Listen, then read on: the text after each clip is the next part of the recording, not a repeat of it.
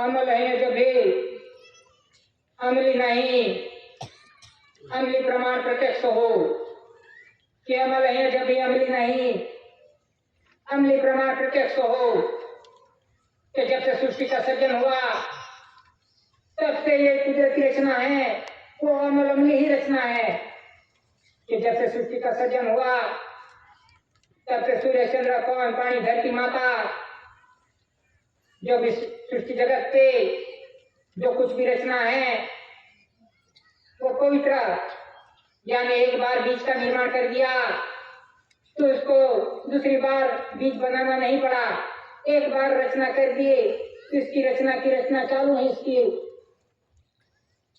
इसकी रचना चालू है कि नहीं बनानी पड़ी। तो इसी तरह से जो भी सृष्टि जगत पे एक बार निर्माण हो गया उनका वेला यानी साकड़ इसकी चालू है, चैन चालू है, दूसरी बार सृजनहार पिता को बनाने नहीं पड़ी। लेकिन इस साकड़ में जो कुछ भी जीव रखे सृजनहार पिता ने एक बार जीव रख दिए तो दूसरी बार बनाने नहीं पड़े, इसकी रचना चालू है।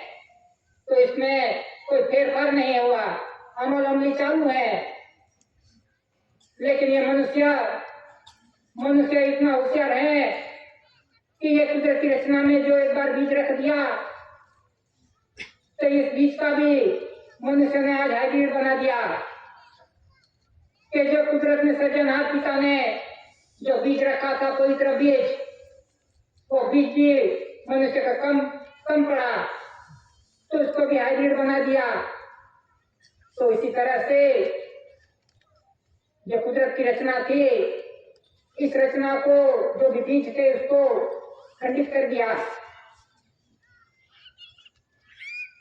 इतना विरोध कर दिया कि बीज को ही नया बना दिया, हाइब्रिड बना दिया। जो भी देखो आज तो जो कुछ भी धान्य कहीं देखने जाओ तो कहीं पे भी ये ओरिजिनल बीज नहीं मिलेगा, कहीं पे ही मिलेगा। आज तो सब सुधर गए, सब बड़े खेडूत हो गए, किसान हो गए कि मैं तो इतना पिताता हूँ, मैंने तो वो बीज डाला, वो हाइब्रिड बहुत अच्छा आता है, बहुत बिकता है। तो जो खेती करता था ओरिजिनल बियारा वो भी लोभ में आ गया और वो बीज भी निकाल दिया, वो हाइब्रिड कर करके वो भी बिकाने लगा। तो आज परिस्थिति कैसी है कि हाइब्रिड खा के आज मनुष्य में एग्रो टेक्नोलॉजी वाला बन गया मनुष्य भी, कि कब लुढ़क जाए इसका भी कोई पता नहीं। इतनी बीमारी आ गई कि इतनी हाइब्रिड खा के इतनी बीमारी आ गई तो अभी आयुष्य का कोई भी गारंटी नहीं।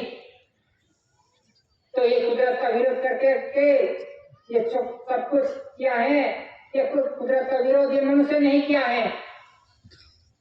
तो इसी तरह से ये धरती माता पहले एकदम शुद्ध थी, ये धरती माता पे कोई खाद की जरूरत नहीं थी, लेकिन इस धरती माता को भी रासायनिक खाद डाल के आज बंजर बना दिया।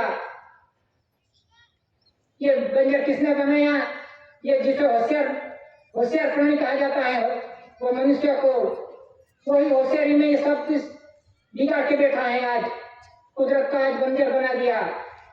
तो इसी तरह से जो कुछ भी बिगाड़ा है, जो कुछ भी किया है, वो मनुष्य ही जिम्मेदार है उनका, कि ये धरती माता मनुष्य ने नहीं बनाई थी, ये तो कुदरत की शुद्ध रचना थी जो हम बना नहीं सकते, उसका हम कैसे खंडित भी कर सकते हैं इसको।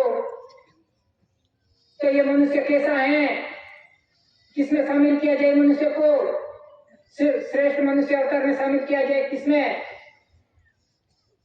तो इसी तरह से पूरा विश्व सृष्टि जगत को आज इतना मलिन कर दिया है, ना हवा शुद्ध रही है, ना पानी शुद्ध रहे हैं, ना धरती माता, सब कुदरती रचना को आज बिगाड़ दिया है। तो इसी तरह से ये मनुष्य अवतार ने सब कुछ बिगाड़ दिया कि कोई परमाणु हमला कर रहा है तो आज परमाणु बम एक डाल दिया, फिर धरती माता पे कोई धान्य कहीं भी उत्पन्न नहीं होगी, बंजर हो जाएगी जमीन। और और इसकी बड़ाई मार रहे हैं कि मेरे पास इतने परमाणु बम हैं, मैं इतना ताकतवर हूं। किसको नाश करने बैठा है और किस पे बड़ाई मार रहा है? ये सृजनहार पिता को ही नाश करने बैठा है मनुष्य, और बड़ाई मार रहा है कि मैं एक छोड़ दूं तो सबको नाश कर दूं, विनाश कर सकता हूं। किसका विनाश करेगा ये तो आने वाला समय पता चलेगा। ये सृजनहार पिता ये सब कुछ देख रहा है, सब कुछ सृजनहार पिता के हाथ में है, लेकिन मनुष्य ने तो इतना बिगाड़ दिया विश्व सृष्टि जगत को, ये बड़ाई मार मार के। ये तो धरती माता में जो निर्दोष जीव जंतु है पशु पंखी ढो ढाकर, कि इसने आज दिन तक कुदरत का कोई विरोध नहीं किया। उसको जैसे ही खाना दिया वैसे ही खाते आ रहे हैं। जो भी शाकाहारी हैं पशु पंखी, जो घास चारा खाता है वो घास चारा ही खाएगा, उसके खाने में कोई बदलाव नहीं किया। गाय है भैंस है वो चारा खाएगी तो चारा ही खाएगा, वो कभी कोई मांस नहीं खाएंगे। जैसे जैसे कुदरत सृजनहार पिता ने जैसा जैसा आहार दिया है वैसे ही खाते आ रहे हैं। इसमें आज दिन तक कोई परिवर्तन नहीं हुआ। जो वाघ ऐसी है, जो कुछ देर मांसाहारी है, वो लोही ही पिएगा, वो घास नहीं खाएगा। तो यह तो कुदरत ने सृजनहार पिता ने पहले से ही व्यवस्था दी है उनको, उसके खाने में आज दिन तक कोई फेरफार नहीं हुआ है। लेकिन मनुष्य को तो क्या दिया है खाने के लिए? तो पवित्र आहार दिया है कि तू जो कणी प्रकाशित कणी का आहार दिया है, लेकिन मनुष्य ने तो सृष्टि जगत पे सबको खा गया, सब कुछ ले लिया। सृजनहार पिता को तो इस पशु पंखी ढो ढाकर जो मूंगे जीव हैं उनकी चिंता है, इनका तो कोई दोष नहीं है, वो तो जैसे जीते आ रहे हैं वैसे ही जीते आ रहे हैं। इसने किसी का पड़ा नहीं लिया कि किसी का ले नहीं लिया, वो तो जैसे जी आ रहे हैं अमल अमली जीवन जीते आ रहे हैं। तो इसी तरह से जो भी पशु पंखी हैं, जो पक्षी हैं, जो एक देश से दूसरे देश कभी कभी बरस में वो निकलते हैं घूमने के लिए, एक देश में से दूसरे देश में जाते हैं, तो जाते हैं घूम के फिर से वापस अपने देश में लौट जाते हैं। लेकिन ये मनुष्य ऐसा है, वो कहाँ से आया, कहाँ से भटकता भटकता आया, जहाँ पे अच्छा लगा वहीं रुक गया और वहां ही हक जमाने लगा कि ये मेरा है मेरा है। तो इसी तरह से जो कुछ भी विरोध किया है वो मनुष्य ने ही किया है, तो उनका परिणाम कैसा आएगा वो तो कुदरत के हाथ में है। कुदरत ने तो एक एक का हिसाब रखा है, कुदरत के पास है, हम कहाँ छुपाएंगे? कुदरत तो सब कुछ देखता है। आज कुदरत तो कितना परेशान होगा कि ये हंस बन के भेजे थे मनुष्य को, और ये धरती माता पे जाके क्या ढोंग कर रहे हैं, मेरे को नाश करने बैठा है। तो इसी तरह से हमें अमल अमली जीवन जीना, अमल अमली होके जिएंगे रहेंगे, उसके आधीन चलेंगे तो हमें सृजनहार पिता अवश्य बचाएगा।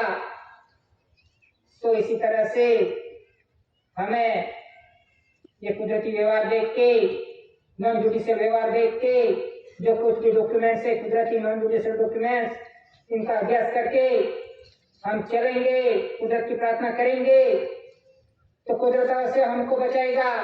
क्योंकि अभी कृत्रिम आपत्ति और जुडिशियली आपत्ति और नॉन जुडिशियली वीटो पावर, ये दोनों अभी शुरुआत हो चुकी है कि कहीं वावाझोड़ा आ रहा है, कहीं बारिश गिर रही है, ऐसी परिस्थिति चालू हो रही है, अभी चालू हो गई है। तो हम कैसे बचेंगे? कौन बचाएगा हमें? कौन सी सरकार बचाएगी? तो हमें इसी तरह से ये जो कुछ भी डॉक्यूमेंट्स है अमल अमली, जो कुदरती व्यवहार के सिवा, हमें कुदरत के सिवा कोई बचाने वाला नहीं। तो इसी तरह से हमें अमल अमली जीवन जीना है, कुदरत की प्रार्थना करनी है, आरती करनी है, तभी हम बच पाएंगे। नहीं तो कोई राजनीति भी नहीं बचाने वाली और कोई धर्म भी नहीं बचाने वाला। तो इसी तरह से हमें अमल अमली जीवन जी के हमें जिएंगे, तब कुदरत सृजनहार पिता हमें अवश्य बचाएगा। बस इतना कह के लिखने की इजाजत देता हूँ। स्वकर्ता पितु के जय।